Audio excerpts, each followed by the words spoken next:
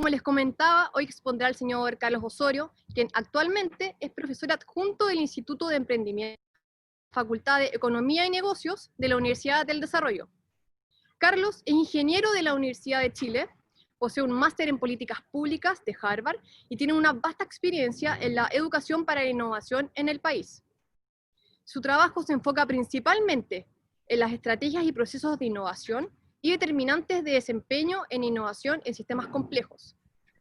También fue profesor fundador del primer máster de innovación en América Latina en la Universidad Adolfo Ibáñez, donde en el año 2014 llegó a ser catalogado como el tercer mejor del mundo por Innovation Management de Suecia, y también ese mismo año fue destacado en el especial de innovación por la revista Visit de Inglaterra, como uno de los 4 líderes académicos a nivel mundial en formación para la innovación.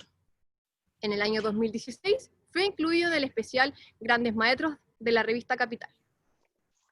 Carlos es cofundador de Yuken, un laboratorio global de investigación de impacto dedicado a la instalación de capacidades de innovación y desarrollo de proyectos de alta complejidad. Hoy nos expondrá sobre el alto desempeño de innovación, refiriéndose a procesos, decisiones, cognición y emociones, en la cual nos expondrá lo relacionado acerca de la investigación que él mismo realizó en conjunto con María Renard, haciendo énfasis en el desempeño de procesos de innovación y diseño de múltiples disciplinas, además del estudio de diferentes tipos de procesos, experimentos con equipos de desarrollo y los resultados que se evidenciaron acerca de la innovación, acerca de sus procesos, métodos y herramientas. Les recuerdo que estaremos recibiendo preguntas durante la exposición mediante la plataforma de Zoom, las cuales serán efectuadas al término de esta. Dejo con ustedes al señor Carlos Osorio. Carlos, ¿estás por ahí? Muchas gracias, Cristina.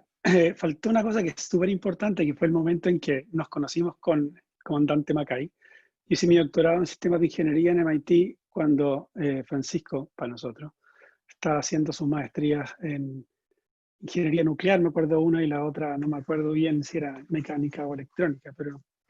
Y es importante un poco porque parte de lo que vamos a ver, o en el fondo lo que les voy a compartir, nace de los tiempos en MIT, cuando veíamos que había un ambiente, un sistema, un ecosistema donde la gente era capaz de generar innovaciones una vez y otra vez y otra vez y otra vez. Y al menos en términos personales, mi camino comienza para tratar de generar un ambiente similar a ese en países como los nuestros. Entonces, parte de lo que les voy a compartir va a ser un poco entre compartirles y además solo tenemos unas preguntitas que queríamos hacerles durante la charla. La primera tiene que ver con esto. Empezar a pensar cuántos son los problemas que ustedes pueden manejar más o menos al mismo tiempo antes de empezar a cometer errores. O sea, ¿cuántas pelotitas podemos llegar a tener nosotros o temas podemos llegar a resolver antes de comenzar a cometer errores? Y aquí les lanzo la encuesta para que vayan respondiendo cada uno y pongan más o menos el número de problemas que ustedes pueden manejar al mismo tiempo antes de meter las patas, como decimos. Vamos a ver algunos segundos más. Somos 165 hoy día y ya tenemos como unos 60 votaciones más o menos. Vamos a dar unos segunditos más. Vamos en 85, 90.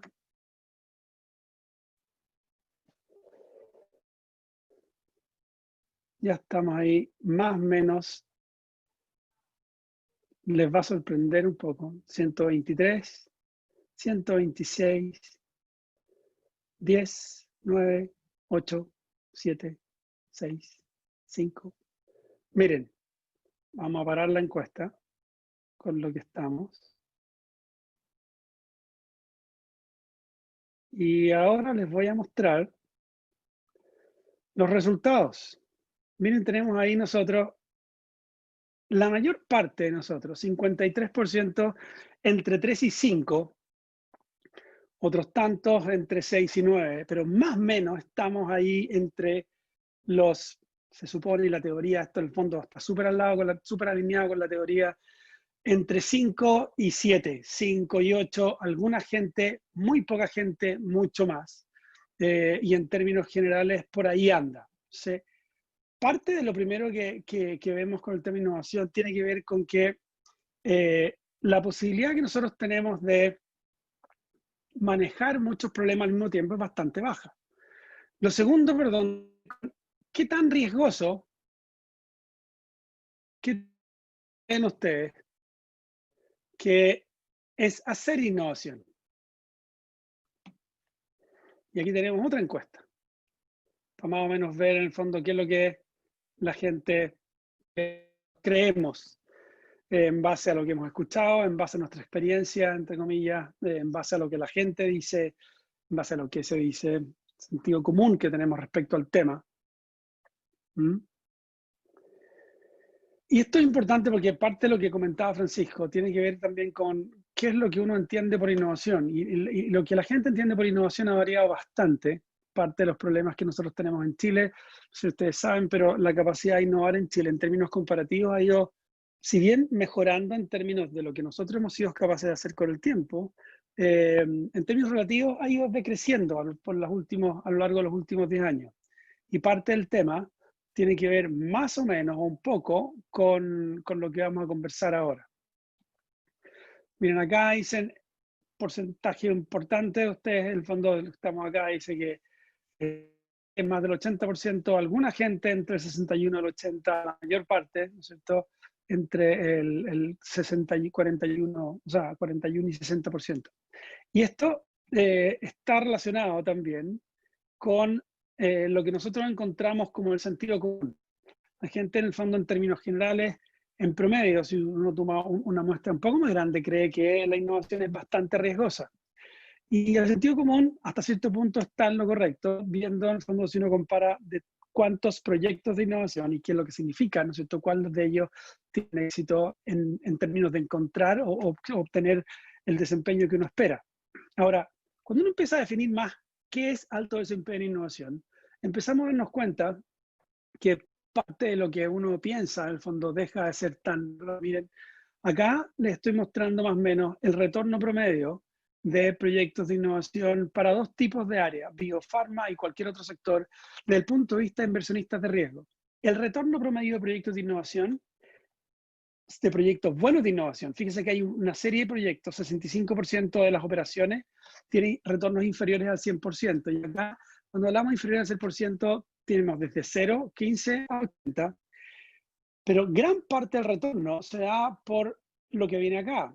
Punto importante, un porcentaje importante de las operaciones tiene un retorno que está entre el 100 y el 500%, entre el 500 y el 1000, incluso algunos hasta 50 veces de retorno. Esto es el punto de vista del capital de riesgo. El punto de vista de emprendimiento corporativo, ustedes ven, el promedio a nivel global es de 440% para el retorno promedio de un presupuesto de innovación corporativo. Y de eso, 20% del presupuesto va, o en el fondo, va a obtener retornos luego de 5 años inferiores al 100. Un 40% está con retornos entre el 100 y el 500, un 20% entre el 500 y el 1000, y luego en el fondo hay un 20% que tiene retornos excepcionales. Lo que nos lleva un poco a la primera pregunta, que tiene que ver con qué tan riesgoso es y cómo definimos innovación. No cualquier cosa nueva para una organización o una empresa es innovación, porque no cualquier cosa nueva para una organización o una empresa obtiene estos niveles de retorno. La innovación tiene que generar, ¿no es cierto?, una ventaja sostenida en el fondo a lo largo del tiempo. Ahora, eso hace que el tener éxito y el ser, en el fondo, tener un alto desempeño en innovación se puede definir como lo que tenemos en pantalla ahora, como tener la capacidad de innovar de manera consistente y predecible, pero entendiendo innovación no solamente como algo que es nuevo para la empresa, sino organización, sino como algo que es nuevo para la organización, para el país, región y, por la mayor parte de las veces, en el fondo la gente lo dice, para el mundo, porque solamente ese tipo de proyectos son los que generan ese tipo de retorno. Entonces, lo que hemos hecho en UCAN y con María específicamente a lo largo de los últimos años ha sido empezar a estudiar, bueno, cuáles son las variables que afectan que equipos o empresas o organizaciones puedan generar innovaciones de manera consistente y predecible. Y el problema que tenemos es que frente a cualquier proyecto de innovación, y seguramente ustedes han visto esto más de alguna vez, lo que esperamos es muy distinto a lo que tenemos. Nosotros una realidad que es un poco paralela y que comienza cuando nosotros empezamos a desarrollar un proyecto. O sea, lo que hemos hecho con María y el equipo ha sido empezar a estudiar, bueno, qué es lo que sucede entre la venta y el después. Y esta diferencia se da un poco entendiendo, o la podemos entender, cuando analizamos cuáles son las variables que afectan el desempeño en innovación. Este es un trabajo que hemos hecho a lo largo de mucho tiempo. Comenzó parte de esto cuando yo me fui de profe visitante al MIT entre el 2016 y 2017 a Sloan. Hicimos un análisis de toda la literatura, todo lo que se había escrito en torno a los determinantes de desempeño e innovación, y encontramos que el determinante de desempeño se daba a 3 niveles: a nivel organizacional o estrategia, a nivel de proyecto y a nivel de personas. ¿Se acuerdan ustedes cuántos eran las variables que uno podía manejar más o menos al mismo tiempo sin cometer errores?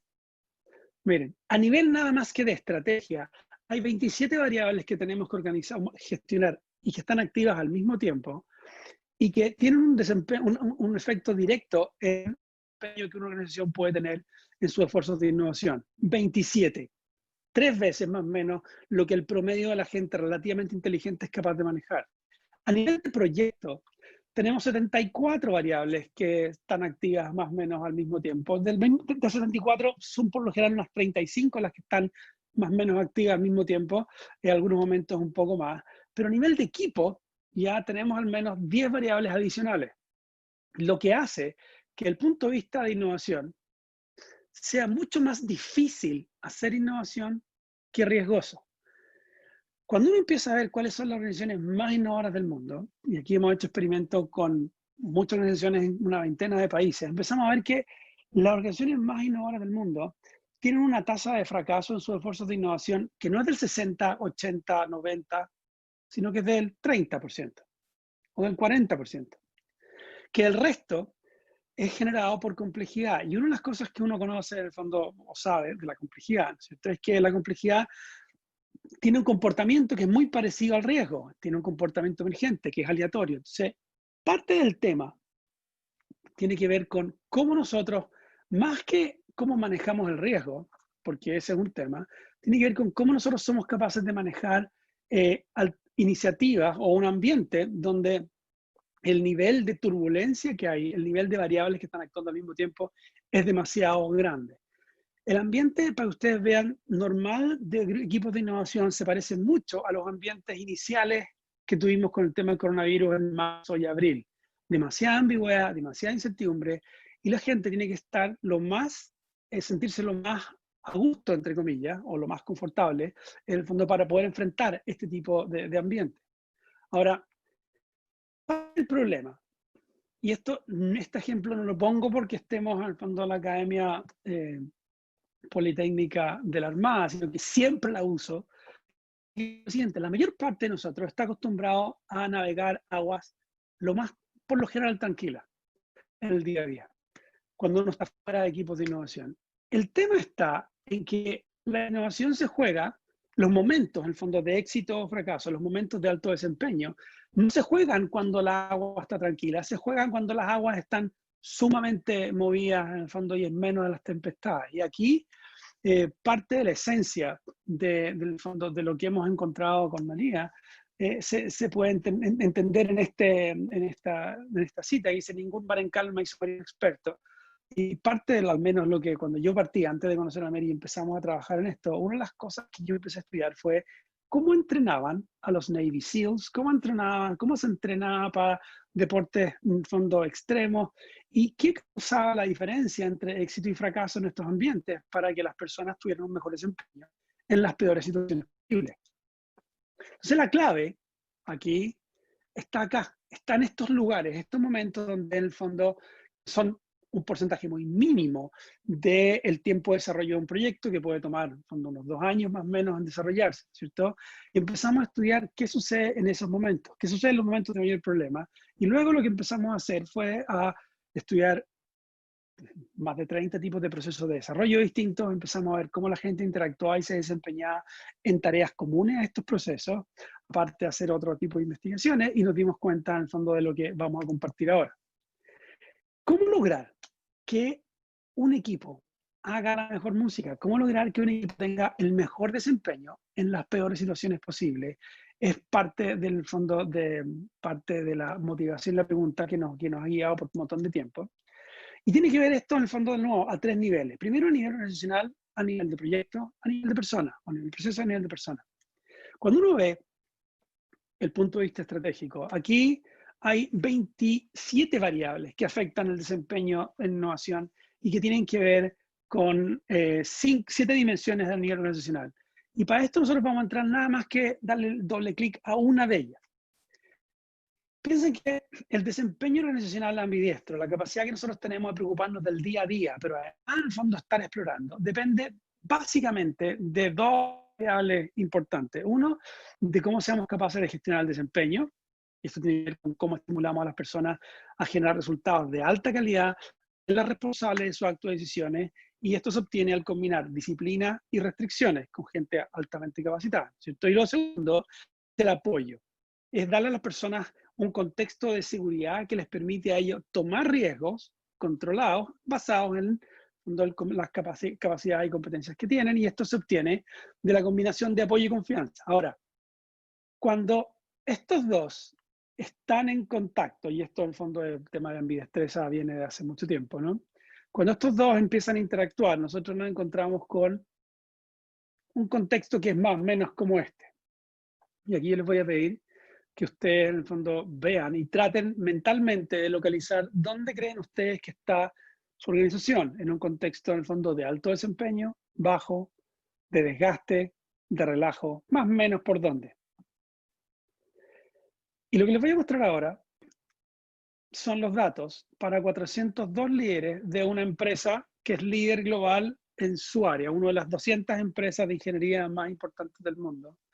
Y acá está lo que 402 de sus líderes piensan respecto a qué tan buen contexto es este para poder hacer innovación. Hay gente que piensa que es súper bueno, hay gente que piensa que no. Y fíjense, parte de esto tiene que ver, esta es la importancia, esto es lo que genera cuando nosotros tenemos desalineados esas 27 variables que están en las 7 dimensiones. Una de las cosas que se generan es que en el fondo tenemos gente que percibe contextos muy distintos y que está dispuesto a tomar decisiones o arriesgarse en contextos muy distintos también. Entonces, ese es un tema. Y ese tema afecta el cómo miembros de esta empresa, que pueden estar algunos aquí, algunos acá, algunos aquí y algunos acá, lo que hacen es comenzar, ¿no es cierto?, a trabajar en desarrollo de proyectos. Ahora, yo sé que hay alguna gente que levantó la mano, pero no sé, Cristina, ahí cuál es el protocolo para las preguntas, si es que los vamos a ver después o antes. Cristian Bull aquí escribió una pregunta, dice, ¿cuál es el riesgo de no hacer innovación? Bueno, Cristian, hay un tema que es bastante, hay historia, para la historia del management lo que muestra es que lo que mata más empresas, más que las pandemias o más que los vaivenes y las crisis económicas, es el cambio tecnológico. Y cuando uno ve las estadísticas de la edad de las empresas en el S&P 500, nos empezamos a dar cuenta que la edad promedio de las empresas más importantes ha bajado de 60, 70 años a 15.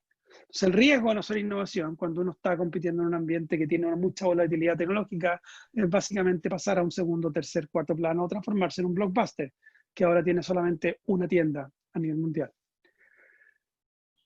Bueno, a nivel... Diga, Cristina. La intención ahora es que tú hagas tu exposición completa y posterior a eso vamos a ir con la serie de preguntas. Ok, perfecto, está bien. Muchas gracias. Entonces, miren, ese es a nivel como organizacional y un contexto en el cual nosotros tenemos que operar y dependiendo de qué tan fructífero, qué tan en el fondo fértil sea ese contexto, la innovación puede pasar mejor o peor, pero no necesariamente solo depende de eso, ¿cierto? A nivel de proceso, uno puede entender una organización como esta figurita. Al principio, en el fondo, el nivel de incertidumbre y ambigüedad es sumamente alta y a medida que vamos avanzando, se genera un poco más de claridad. Al principio el problema no queda claro, luego identificamos dentro de muchos espacios el mejor concepto de solución y después vemos cómo poder implementarlo. Ahora, para esto, nosotros entendemos innovación no solamente como resultado, sino como además el conjunto de etapas, metodologías, tareas que cuando las estructuramos y utilizamos de manera sistemática, nos permiten generar estas innovaciones de manera consistente y predecible. En ese sentido, esta es la definición de trabajo que tenemos en UCAN. El proceso de innovación nos permite a nosotros, fíjense, hacer lo siguiente: aprovechar las oportunidades que se dan en ambientes de alto riesgo, alta incertidumbre y alta ambigüedad, pero al mismo tiempo mitigar el impacto organizacional que ese riesgo, incertidumbre y ambigüedad pueden llegar a tener. Están diseñados para eso. Y para esto, el objetivo de aumentar el fondo del riesgo de incertidumbre y cosechar lo bueno de ahí, pero mitigar su impacto en la empresa, se ha generado mucho tipo de procesos. Piensen ustedes ahora en cuál es el que ustedes, si quieren, escríbanlo en el chat. Después podemos comentar un poco, pero escriban en el chat cuáles son los tipos o los procesos que ustedes utilizan para, en el fondo, para desarrollar innovaciones en su empresa. Porque miren, aquí hay mucho.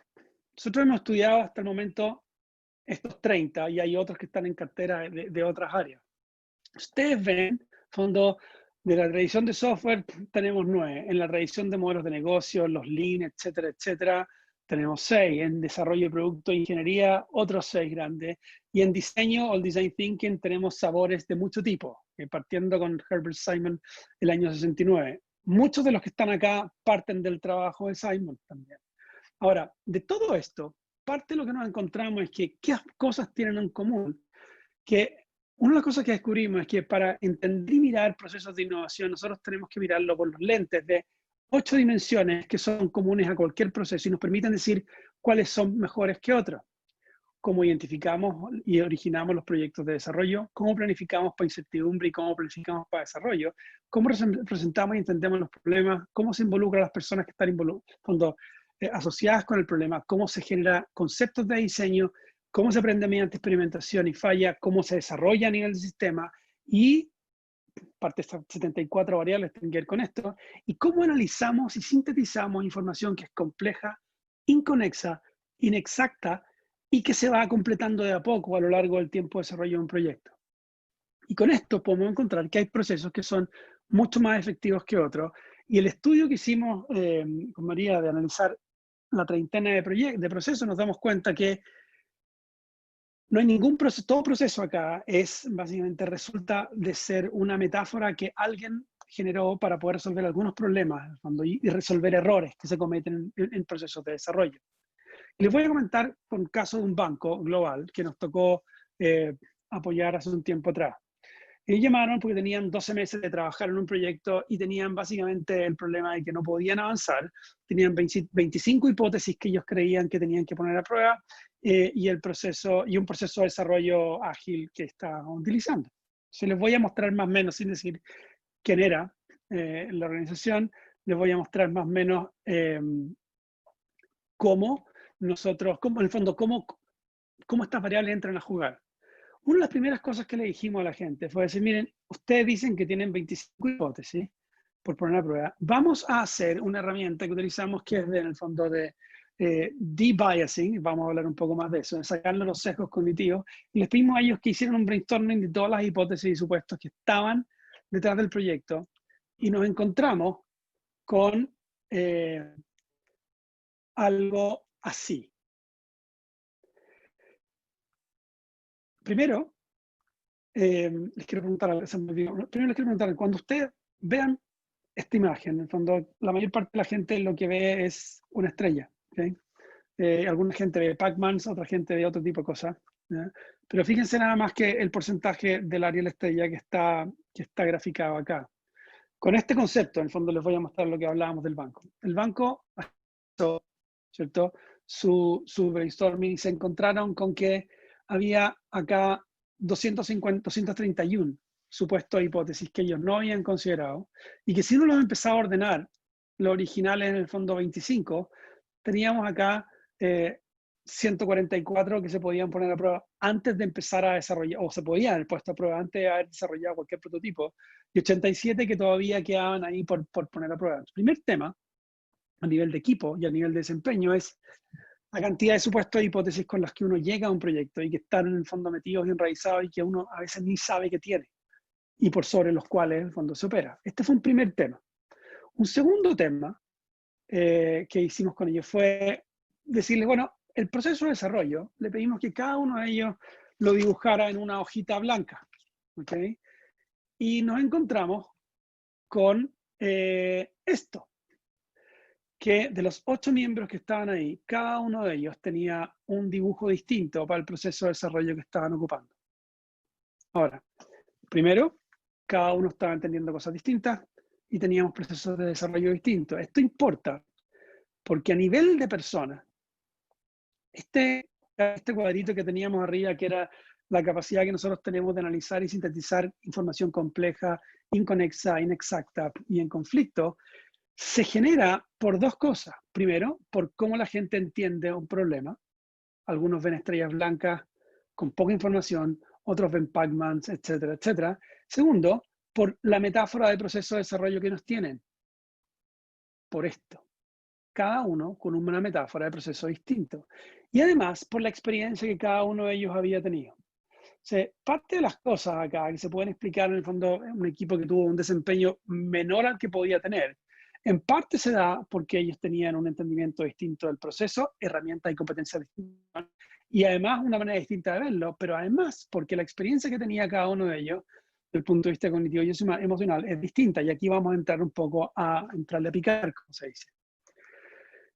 Cada uno de nosotros, cuando se enfrenta a un problema, lo ve de manera distinta, ¿cierto? Y eso es natural y normal. El problema está cuando nosotros tendemos a lograr acuerdo en torno a cuál tiene que ser el problema. Lo que sabemos de innovación y alto desempeño es que cuando uno comienza un proyecto de desarrollo, llegar a acuerdo es una muy mala técnica para desarrollos en innovación. Uno debiera aquí funcionar como en Law and Order, como funcionan los detectives. Hay que seguir todas las pistas, ¿ok? Y hay que nutrirse de la diferencia en perspectivas de todas las personas. O sea, la clave, cuando decíamos que la clave está acá, en el fondo, el punto de vista emocional que les decía, fíjense lo que tenemos acá. Yo hace unos años les pedí a un alumno en España primero que dibujara su proceso y después que dibujara su fluctuación de la frustración que él sentía a lo largo de distintas etapas del proceso. Y nos empezamos a dar cuenta que hay momentos donde la gente siente mayor nivel de frustración, menor nivel de frustración. Y aquí es donde el entrenamiento bajo presión entra a jugar. Parte de lo que descubrimos después trabajando con María, y esto con más de 8.000 personas en 22 países, fue empezar a ver que la frustración estaba muy relacionada no solamente con cómo yo reacciono emocionalmente a ciertos momentos, sino que más que solamente eso, a cómo mi capacidad de hacer sentido se va afectando y se afecta a medida que yo tengo respuestas emocionales que no son las más adecuadas. Y empezamos a ver qué es lo que pasa cuando la gente empieza a entrenarse en contextos de alto estrés, en contextos en el fondo de alta demanda, y cómo se entrena esto en distintos escenarios. Por eso hablábamos de los Navy SEAL, ¿no es cierto? Comandos por una parte, alta montaña, aquí vemos en el fondo el tema del surf, el tema del rugby, etcétera, etcétera. Y también empezamos nosotros a desarrollar nuestras prácticas para poder entrenar e instalar capacidades en ambientes de innovación, de tal manera que cuando la gente se ve sometida a contextos como este, por mucho miedo, mucha sensación que uno tenga, uno sepa cómo manejarla y lograr que el efecto que estas situaciones tienen en mi desempeño técnico profesional sea el mínimo posible. Porque nosotros sabemos que nuestra experiencia pasada define el cómo enfrentamos el presente, y esto no es nada nuevo. Albert Bandura hace mucho, en los años 80, definió el concepto de eficacia personal, y básicamente dice, mire, el sentido de eficacia personal, la seguridad que yo tengo para desempeñarme en ambientes de alto nivel de estrés, tiene que ver con, uno, haber tenido la experiencia de superar obstáculos mediante esfuerzos perseverantes, tener modelos de manejo para el fondo actuar y resolver distintos tipos de situaciones complejas y ver otros también tenerlo, tener cierto nivel de condición fisiológica y poder entender la información de mi cuerpo y en base a eso poder tomar decisiones. Entonces, cuando uno empieza a ver, por ejemplo, cómo se entrena a un comando, uno no pone a un comando en una operación sin antes haber, ¿cierto?, lo puesto en situaciones de bootcamp o de estrés muy alto. Dos, sin antes haber en el fondo hecho rehearsals de esa operación varias veces y en varios momentos. Y por otro lado, cuando uno piensa en las Fuerzas Armadas y en cualquier parte, uno lo que hace es estar en tiempos de paz, pero cualquier cosa que suceda, uno tiene que ser capaz de llegar a activarse. esa actitud que ustedes tienen de manera sumamente natural, en el fondo en la Armada, es la actitud que uno debería tener con equipos de innovación en cualquier tipo de organización. Es muy parecido. El objetivo acá es cuando uno toma un proyecto o un problema nuevo, ¿cómo nosotros resolvemos el problema disminuyendo al máximo la posibilidad que tenemos de cometer errores irreversibles? Que básicamente una de las cosas que tenemos acá es que la diferencia entre un éxito y un fracaso en innovación se da básicamente por la cantidad de errores que se cometen, por el dónde se cometen, o sea, por el cuánto se cometen y por la capacidad de darnos cuenta que los cometemos o no. Mira, acá tenemos de un paper de Harvard Business Review que tiene como unos 10 años ya más o menos, que hicimos con el Chile de Lola, y muestra lo siguiente. Acá tenemos tiempo de desarrollo. Acá tenemos porcentaje acumulado de problemas. En promedio, un proyecto exitoso y un fracasado demoran más o menos lo mismo. Estadísticamente no es significativa la diferencia. En promedio también cuestan más o menos lo mismo. La diferencia está en el payback que se genera. Sin embargo, un proyecto fracasado en innovación es un proyecto donde al principio todo va bien o pareciera ir bien desde el punto de vista de gestión de proyectos típica. No hay problema, los plazos se cumplen, todo va a pedir en el fondo, ¿cómo se llama? Como dicen, miel sobre hojuelas. Y a partir de ahí, en base que a todo va bien, se hacen las grandes inversiones y por lo general al final tenemos un Transantiago, algo que no funciona muy bien. Nos damos cuenta que en realidad la cosa no era como pensábamos, que muchos supuestos en el fondo no funcionaban. Proyectos de innovación tienen otra dinámica. Cuando comenzamos se empieza a descubrir problemas. Los problemas empiezan a aparecer y la gente los empieza a resolver de a poco. ¿Y cuándo se invierte? Se invierte cuando los problemas dejan de aparecer. Toda esta etapa inicial, que es la etapa, ya les voy a mostrar un gráfico que tiene que ver con todo lo que pasa antes de empezar a construir. Acá se invierte nunca más del 9, o sea, del 5 a 10% de un proyecto. Y uno invierte acá en los restantes 90 cuando ya tenemos claro cuáles son los problemas que componen, en el fondo, cuáles son las cosas que pueden llegar a salir mal, etc.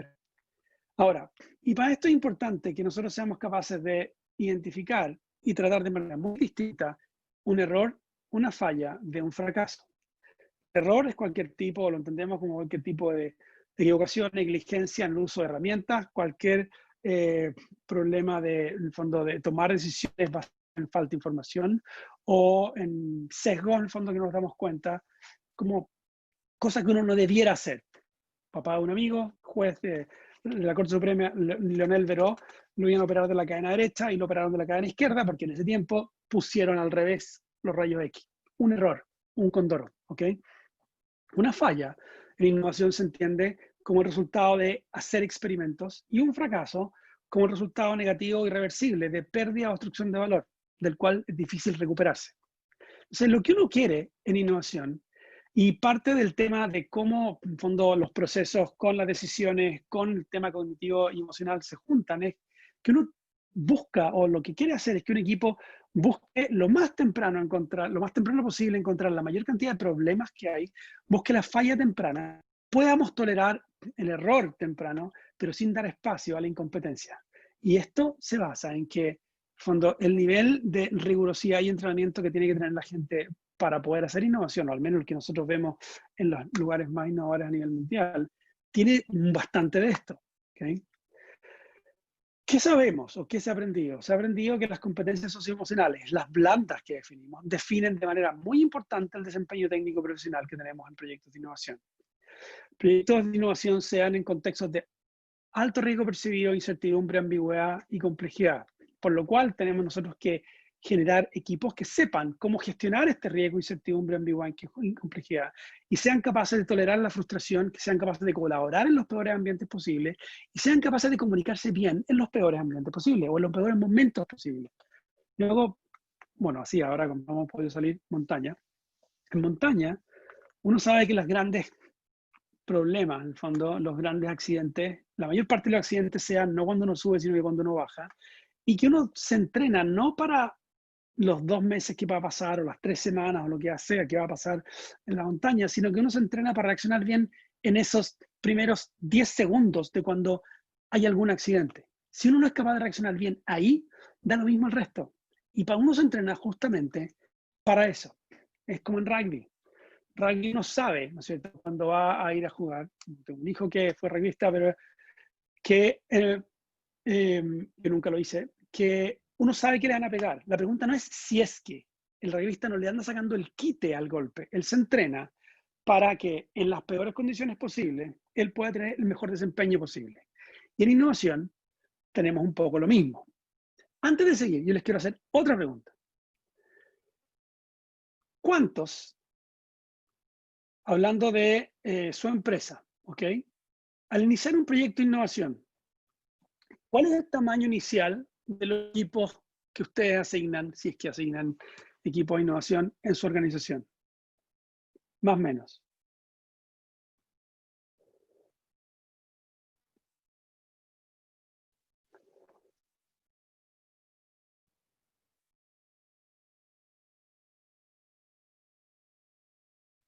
Tenemos 80, vamos a dar un poco más.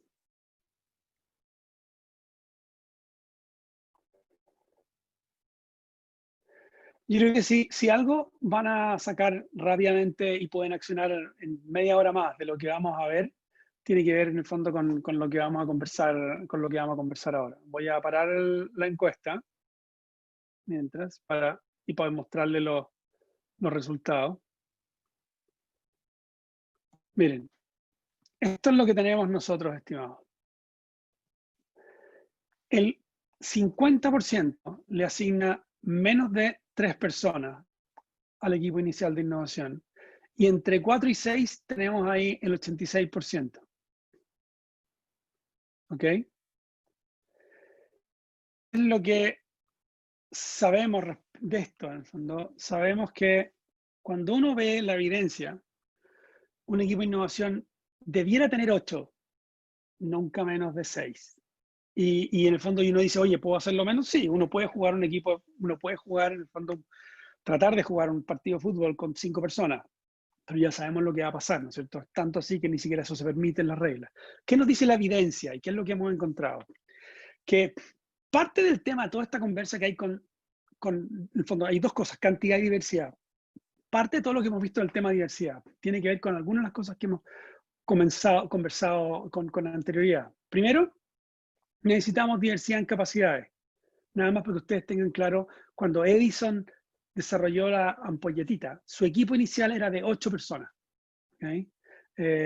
¿Y por qué? Porque necesitamos nosotros, como no sabemos, no tenemos claridad cuál va a ser la solución por un proyecto de innovación, uno parte teniendo diversidad en capacidades, gran diversidad en manejo de incertidumbre, personas que tienen un mayor umbral o un menor umbral, capacidades distintas o también en la tolerancia al riesgo, diversidad en términos del tipo de herramientas que cada uno de los miembros del equipo va a tener. No solamente el tema de cuántas personas forman un equipo inicialmente, no tiene que ver solamente con capacidad, tiene que ver con cubrir la mayor cantidad de flancos posible. Diversidad en términos de personas que sean capaces de tener conocimiento, pensamiento abstracto para poder resolver paradojas. ¿Okay? Diversidad también en términos de cómo nosotros podemos hacer frente a la adversidad y a mantener, como dicen los gringos, el cool en los peores momentos posibles. Seguramente muchos de ustedes han visto o han estado en contacto con algunos de sus hijos, sobrinos, etcétera, en condiciones como esta. Problema matemática, ¿no es cierto? El chico llega un momento en que no puede más.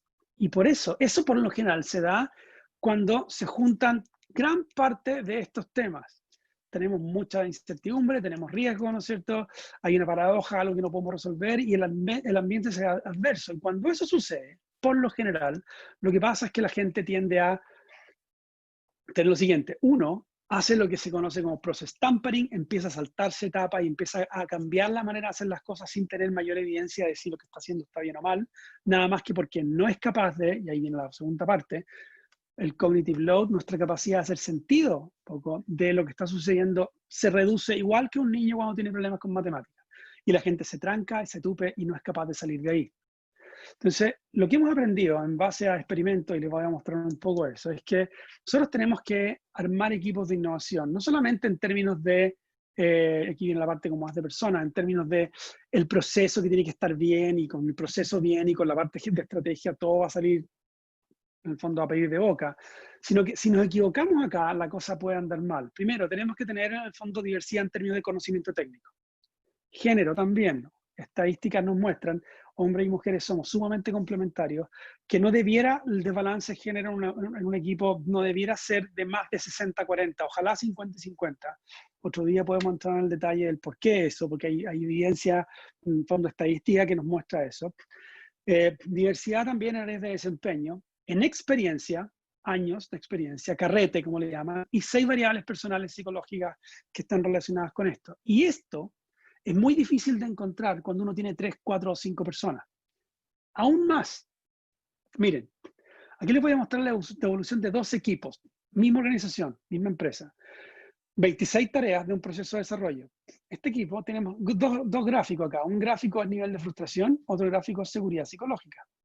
Primera cosa que ustedes ven, cuando la seguridad psicológica baja, la frustración sube y viceversa. Pero lo otro es que este es un equipo que a lo largo del proceso de desarrollo comenzó a tener una relación de equipo o un trabajo interno que les permitió a ellos sentirse muy seguros trabajando como célula, dependiendo uno de otro. A medida que esto fue pasando, e independientemente del grado de dificultad técnica de los problemas, lo que empezó a pasar acá fue que la frustración promedio empezó a bajar y el equipo comenzó a cometer menos errores.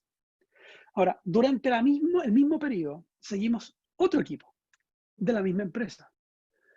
Otro líder trabajando en un problema parecido, mismas herramientas, controlamos paso a paso que las herramientas fueran, fue un taller que hicimos nosotros y vemos lo siguiente. Este fue un equipo que se empezó a llevar peor a lo largo del proyecto. Empezó a tener un mayor nivel de frustración y además empezó a tener, eso no se puede mostrar en 3 dimensiones, empezó a tener mayor nivel de errores, cometer errores de manera mucho más consistente. Entonces, ¿qué es lo que está detrás de esto? No solamente hablamos, ¿no es cierto?, que hay que tener un contexto, procesos, ¿no es cierto?, diversidad, pero además hay que tener competencias. Cuando hablamos de que no hay que tolerar la incompetencia, estamos hablando de que una de las cosas que hemos descubierto, y con María después les voy a contar un par de cositas, es que analizando cuáles son las variables, las competencias que afectan desempeño, competencias clave a nivel de equipo, no a nivel de personas, hay estas 15 competencias que son clave para poder tener un buen desempeño en innovación.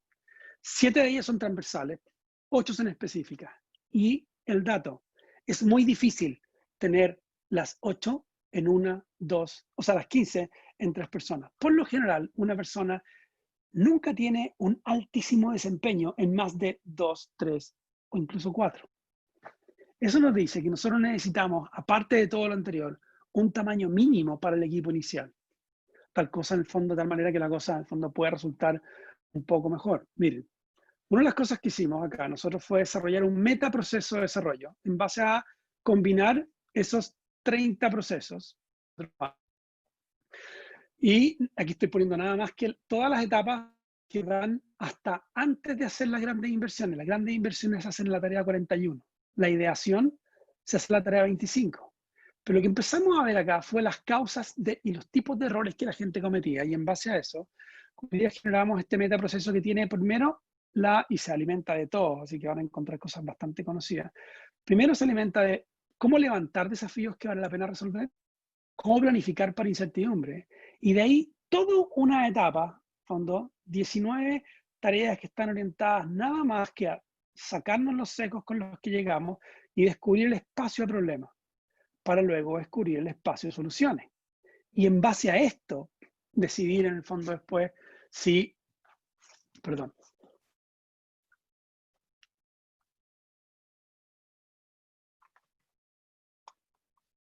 algo estaba...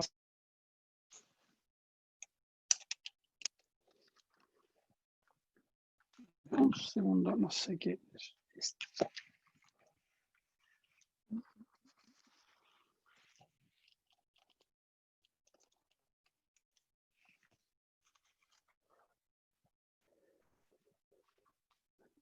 En base a esto, perdón. Luego acá, lo que tenemos en el fondo es primero el espacio de soluciones de problemas, luego el espacio de soluciones. Y parte de la dificultad que se encuentra en los equipos de desarrollo está también dada por lo siguiente, porque una de las cosas que uno veía cuando estábamos en MIT era que nos decían, ¿no es cierto?, que la información, que uno era el drinking from the fire hose, que uno cuando aprendía y desarrollaba proyectos era como tomar, en el fondo, como tomar agua a un sifón. Parte de las cosas que vimos tenían que ver con lo siguiente, con que la gente por lo general está en este contexto. Trata de resolver o en el fondo aceptar la información o la recibe de esta manera. Entonces, una de las cosas que empezamos a hacer fue empezar a ver cómo, en contextos como el que estábamos hablando de tormenta perfecta, ¿cierto? Nosotros lo que podíamos hacer era ver cómo los distintos sesgos cognitivos afectaban la manera en que se empezaba a tomar decisiones. Y parte del trabajo que se hizo aquí fue el siguiente, fue empezar a mapear los distintos sesgos cognitivos que primero estudiar los 130 y tantos, 193 que había, mapear y ver cuáles eran los que tenían efecto o algún tipo de relación con proyectos, con las distintas fases del proceso de innovación. Nos dimos cuenta que había 118. De estos 118, algunos que tenían alto impacto, mediano impacto y bajo impacto. Y en ese contexto, lo que hicimos fue, para de alto impacto, comenzar a tipificar. Dimos cuenta que había algunos, estos verdes que están acá, que son sesgos cognitivos que tienen que ver con errores de, en fondo, problemas biológicos. Por ejemplo, gente que es disléxica o gente que se le olvidan las cosas, etc. El rosado o el rojito, sesgos que tienen que ver con temas culturales o de grupos. Fondo, pensar que, por ejemplo, ahora con todo lo que está pasando, que los de aquí, los de este color político son de tal manera, los del otro son de tal manera, en el fondo, y no quieren mezclarse. Y los celeste, que son los sesgos de decisión y comportamiento que están dados por nuestra formación, experiencia profesional. Y una de las cosas que nos dimos cuenta también ahí es que parte importante de los errores que uno comete tienen que mucho más que ver con nuestra experiencia profesional y la manera en que fondo hemos sido educados, etcétera, y que hemos aprendido, la carrera que estudiamos y el trabajo en los que hemos desarrollado, que con temas sociales o en el fondo, o que se nos olvidan las cosas o no. Y esto es importante porque le da un segundo pie, o sea, en el fondo vuelve ¿cómo se llama?, darle aún más énfasis al tema de que el desempeño en innovación se da a tres niveles. Yo puedo tener súper buenos proyectos, fondo, muy buenos procesos, pero si estamos nada más que con puros ingenieros, en el fondo, o con gente que fue educada más o menos de la misma manera, vamos a tener limitaciones para el desarrollo de los proyectos. Y lo que empezamos a ver fue que también, y esta es la última parte, que gran parte de los problemas, de los errores, fíjense aquí lo que estamos viendo es número distinto de errores que la gente comete en distintas etapas del proceso de desarrollo. Una de las cosas importantes que nos dimos cuenta fue que en total la gente comete, antes de empezar a desarrollar, antes de empezar a construir la cosa, hay 53 tipos de errores, 57, perdón, errores distintos que la gente comete. Y que gran parte de estos errores se gatillan en estos momentos, en el fondo, donde nosotros estamos con mayor niveles de incertidumbre, donde nuestra capacidad de tomar decisiones se ve nublada, en el fondo, por temas emocionales y porque a veces cada uno no nos damos en el fondo el tiempo de ponernos todos en la misma página en torno a cómo desarrollar, qué desarrollar o cómo trabajar. Una de las cosas interesantes que se descubrieron y que todo el mundo puede hacer es el siguiente. Esto muestra 3 etapas. Muestra gente con muy poco entrenamiento, con más entrenamiento y con bastante más entrenamiento en desarrollo de innovaciones. ¿Qué queremos decir? Miren, aquí tenemos 28 tareas, niveles de frustración. Las tareas de mayor frustración son las mismas para todos, pero uno puede aprender a manejarlas de la misma manera en que uno podría ser un cadete de primer año, es capaz de soportar una situación, uno en el fondo que ha pasado hasta en el último año también, y uno que ya viene en el fondo o está metido saliendo del curso comando, es capaz de soportar situaciones similares de manera muy distinta porque uno va generando aún. Y para terminar, una de las cosas principales al final, cuando uno empieza a ver, independientemente del proceso, independientemente en el fondo de todo, lo esencial, y esto pues como de perogrullo, ¿no es cierto?, es el equipo, pero no solamente el equipo así en términos generales, es un equipo con capacidades y competencias complementarias, fuerte instalación de capacidades, competencias complementarias, pero con visión y responsabilidad compartida. Un equipo que en el fondo que es capaz de parar, que en el fondo como uno dice, más que responsabilidad compartida, con espíritu de cuerpo, ¿no es cierto? Uno es capaz de aguantar las peores situaciones porque sabe que uno depende del otro. Da lo mismo lo que pase afuera, al final lo que depende del fondo es uno del otro. En términos, y como para cerrar, el alto desempeño en innovación no es un tema de tener buenas ideas o tener mejores ideas que el otro. Es un tema en el fondo de estar dispuesto a seguir adelante cuando ya todo parece que no va a ir. Es un tema de, en el fondo, estar dispuesto a ponerse uno en duda frente a lo que cree, cuando está dispuesto, tiene que ver con cómo nosotros somos capaces de poner lo mejor que cada uno de nosotros tiene en pos de, en el fondo, obtener un objetivo compartido. Y parte del tema y cómo este equipo es capaz de a veces seguir adelante a pesar de que el contexto, entre comillas, no lo acompañe. Cristina.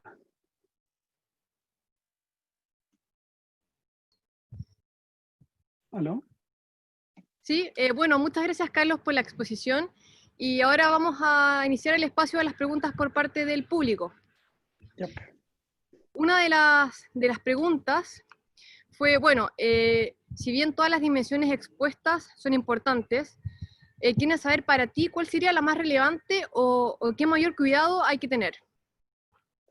Mira, a ver, tenemos un problema ahí, porque parte del tema, a ver, yo creo que si uno parte, en el fondo, uno siempre puede obviar la parte estratégica. Si uno obvia la parte estratégica, uno, en el fondo, lo que sí puede vivir un poco sin eso, pero hay que vivir con las dimensiones de trabajo, de desarrollo de proyectos y con las de equipos, en las que yo definitivamente pondría el mayor nivel de énfasis en las primeras etapas, la etapa de descubrir el espacio-problema.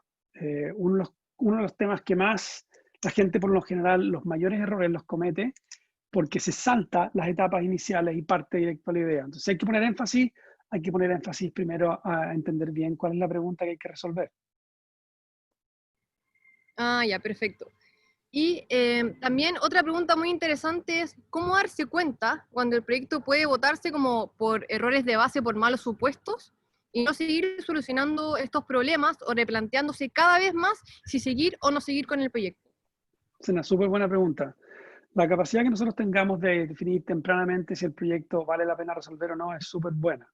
Y para eso es que sirve en el fondo el prototipaje y prueba. La única razón que, al menos yo he encontrado haciendo investigaciones, es cuando gente dice, mira, en este momento, o hasta el momento, es físicamente imposible seguir adelante. O sea, no existe la tecnología o no existe la física para poder resolver el problema A, B o C.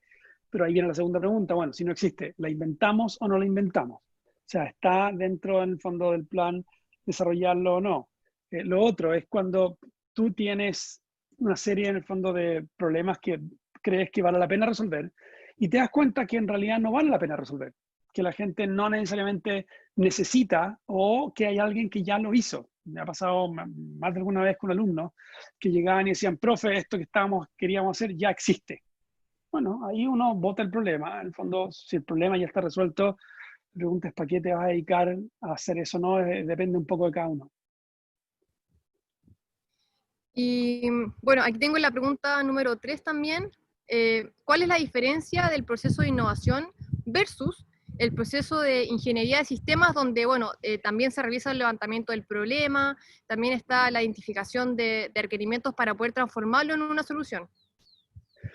Bueno, a ver, ingeniería de sistemas parte de los procesos de innovación, ¿cómo se llama? Sobre todo de la línea de ingeniería, parten un poco del trabajo que hizo la NASA a durante el año 60 y etc. Entonces, parte importante se basa ahí, ¿ok? Ahora, en ingeniería de sistemas hay un montón primero, no está definido necesariamente para desarrollar innovaciones. Hay un tema que tiene que ver con cuál es el propósito final. Yo quiero desarrollar, en el fondo, hacer ingeniería de sistemas. Sí, pero lo que voy a hacer va a ser algo que es una versión nueva de algo que ya existe o no. Ese es parte de un tema. Segundo, tiene que ver con el énfasis que se da en levantamiento de los sesgos, no solamente con el levantamiento de las causas del problema, o sea, aparte de que yo sea capaz de utilizar, ¿no es cierto?, y hacer front-end loading, problem solving, que viene un poco del punto de vista de ingeniería de sistemas, es parte del tema, pero o sea, y tiene similitudes, pero no es lo único. Si uno empieza a ver, para poder realmente ver la similitud que hay entre distintos tipos de procesos, tenemos que analizar, ¿no es cierto?, uno a uno estas 74 variables y 41 tareas para ver qué tanto se parece. Porque uno puede, fíjense, ¿se acuerdan cuando les mostré la estrellita blanca? Esa estrella, que no existe, no es una estrella, nosotros necesitamos un 10% de similitud para encontrar que dos temas son similares. Y hay mucha similitud entre ingeniería de sistemas y otros con el proceso que les mostré. Pero por lo general, para que nosotros hablemos de un proceso que es muy igual o parecido, tenemos que estar hablando de niveles de similitud de sobre el 90%, más o menos. También, Carlos, hablaste un tema súper interesante que es acerca del manejo del estrés, que bueno, obviamente es un tema no menor, pero ¿qué otras características son necesarias para poder liderar los equipos de innovación para que sea altamente efectivo? Pero respóndanme ustedes, ¿cómo lo pasaron ustedes los primeros años de escuela? Yo estuve en Bueno, la escuela, yo estuve en la escuela de aviación hasta que tuve que empezar a usar anteojos. Entonces, ¿cómo manejan el estrés cuando los ponen muy bajo presión? bueno, ahí yo creo que el año más difícil es el año de mote, el primer año, porque ahí uno entra de una vía como civil a la Sí, escuela donde siempre tiene que seguir órdenes, que está flectando todo el día, que uno va formado a todas partes, pero bueno, es parte de eso. Si es que uno realmente le gusta, tiene que aguantar. ya, y a medida que ustedes van creciendo y llegan, por ejemplo, al último año, ya a su alférez, ¿qué marca la diferencia entre un su alférez que es un buen líder y uno que no es tan buen líder? Yo creo que una de las cosas que marca la diferencia es la perseverancia, la resiliencia, cómo uno se fue formando durante sus años, porque obviamente uno ya puede ser, no sé, de cuarto año, pero uno, sobre todo los menos antiguos, sí logran diferenciar al que es líder, a diferencia del que solamente lo siguen por el grado que pueda tener. Y ahí la diferencia está en que el que es líder, en el fondo, aunque tenga un menor grado, es una persona que tiene un manejo, es capaz de leer al resto de las personas, es capaz de situarse, Claro. ¿cierto? Entonces, en innovación pasa un poco lo mismo. O sea, en el fondo, el liderazgo, una de las cosas que nosotros hemos encontrado y que seguramente ustedes también lo van a haber visto en el ejercicio de la profesión, es que el liderazgo en equipos de innovación rota. Mm. Hay situaciones que son más peludas donde una persona dice, ¿saben qué? Yo me echo el equipo al hombro, yo voy y vuelvo, y esa persona toma el liderazgo aunque no sea el más antiguo. Acá, en el fondo, haciendo el paralelo con equipos de innovación en términos de antigüedad y autoridad, uno lo que ve es que cuando tenemos 8 personas, 6 personas, que están fogueadas en el fondo en contextos similares, que tienen mucha experiencia para pasar peores momentos, el liderazgo va rotando dependiendo de, uno, la dificultad técnica de la tarea presente, dos, el nivel de riesgo percibido o incertidumbre percibido y tolerancia que hay en el equipo. Y ahí en el fondo me empieza a ver un poco la pregunta, la respuesta a la pregunta es que eh, cuando uno va, para esto, y para esto es súper importante, la gerencia de personas, recursos humanos o el equivalente independientemente del tipo de organizaciones que ustedes tengan, cuando ya sea armada, empresa, organización pública o ONG, cuando en cómo yo conozco a la gente que está en mi organización, qué tanto sé acerca de la formación y capacidades que tienen y competencias que tienen para desempeñarse en contextos de mayor riesgo o menor nivel de riesgo. Sí, claro, porque Hay una todos pregunta tenemos... que, perdona, Ah, ¿di Cristina? disculpa, no, que te iba a decir que todos tenemos distintas características y competencias, pero bueno, aquí, Carlos, también tengo otra pregunta súper interesante que me gustaría hacerte, que es si es que puede explicar un poco mejor las 6 variables de personalidad necesarias Que no para un las equipo. expliqué, no las expliqué. Pasé por encima porque era un poco más largo, pero mira, a ver, tenemos nosotros primero capacidad de tolerar riesgo. Hay gente que tiene mayor tolerancia al riesgo o menor. Y el fondo, o disposición a tolerar riesgo, uno. Disposición a ser creativo, dos. Pensamiento analítico, orquestador, colaborador, etc. Entonces, esas disposiciones cambian. Si el ambiente es un ambiente donde yo me siento más, donde en el fondo la gente se siente más segura, donde tú das la oportunidad de que la persona pueda hablar, etc. Si es un ambiente en el fondo de seguridad psicológica, donde yo puedo exponerme personalmente, voy a tener una mayor disposición frente a un contexto que ya es riesgoso. O sea, por ejemplo, ahora el tema este de la pandemia, a mí me llamó la atención. En MIT, lo primero que se hizo, el rector mandó una carta, la misma carta a todos, exalumnos, alumnos, académicos, funcionarios, y les dijo, miren, nosotros no sabemos todavía cómo vamos a resolver el problema. Esto es demasiado nuevo, no sabemos lo que vamos a hacer, cómo lo vamos a hacer. Lo único que sabemos es que, uno, ustedes, señores funcionarios y administrativos, no van a perder la pega. Ustedes, alumnos, van a seguir con sus programas. Los que entran, también.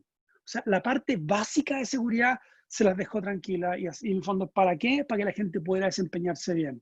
Entonces, esas 6 variables, en el fondo, 6 variables psicológicas tienen que ver con temas que nosotros, y de hecho hay 2 más que nosotros medimos en los talleres a veces, y somos capaces de, en el fondo, de ver cómo la gente se comporta en los peores momentos, porque lo que uno quiere es, igual que cuando uno entrena,